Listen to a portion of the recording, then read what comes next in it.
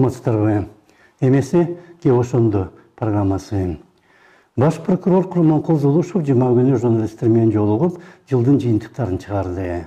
Анын айтымында коронавирустун пандемиясы жана аны менен байланыштуу киргизилген карантинден кылмыштардын жалпы саны азайган, бирок ага карабай оор кылмыштардын саны өсүп кеткен.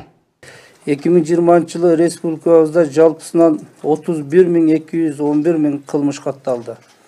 Бұл 2019 жылға салыштырмалуу 25%га азайган. Ошол эле мезгилде өзгөчө оор кылмыштардын саны 19 жылга салыштырмалуу бул 3031 кылмышка өскөндө, быйыл 2055 кылмыштан. Коррупцияга каршы күрөшүү боюнча 1 октябрдан 5 февралга чейин 2 миллиард 99 миллион 472 миң сомдук прокурорлук актылардын негизинде коррупциялык иштер аныкталды. Зулушев башкы прокуратуранын ишине да токтолду жана Конституциянын жаңы редакциясына прокурорлорго тергөө жүргүзүү укугу кайра кайтарылып жатканын айтты.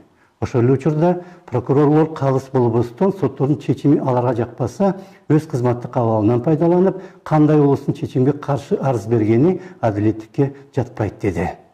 Азыр өзүңүздөр билесиздер, жарандык ишпи, кылмыш ишпи эгерде соттон актала турган болсо, же сот бая туура чечим чыгарса деле, прокурорлор тарабынан аны жогорку инстанцияларга сунуш берүү менен көптөгөн иштер создуктурулуп, адамдардын укугуна доо кетип атат. Ошондуктан эгерде прокурорлорго талап коюлду, келтирилген сунуш мыйзамдуу болсо, келтириле турган талап болсо, сунуш келтириш керек. Жогорку соттун төрайымы Гүлбара Калиева менен байланыштуу соттор кеңешинин алдындагы тартип комиссиясына кагаз жөнөтүлгөнү жана алар макул болсо эле Калиева жоопко тартылары тууралуу айтылды. Азырынча Калиева айым ооруп жатат. Ал ортодо УКМК ага дагы бир күнөө коюуга үлгүрдү.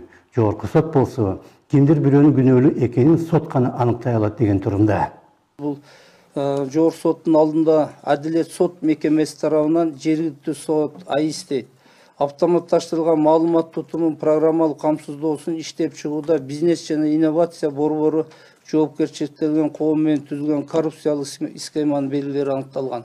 Бул жана сырттан келген каражаттар, ошонун бүгүнкү сот системасындагы мына азыр мамлекетте прогрессте биринчи талап да санариптештирүү. Тилекке каршы мына ушул азыркы кылмыштын айынан сот системасы кошулбай калып, ошол жеринен аксап турат.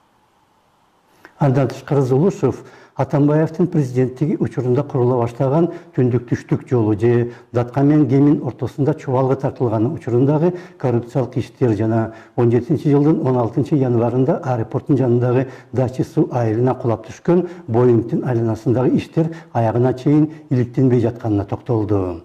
Ал кырсыктан 40тан ашык адам курман болгон.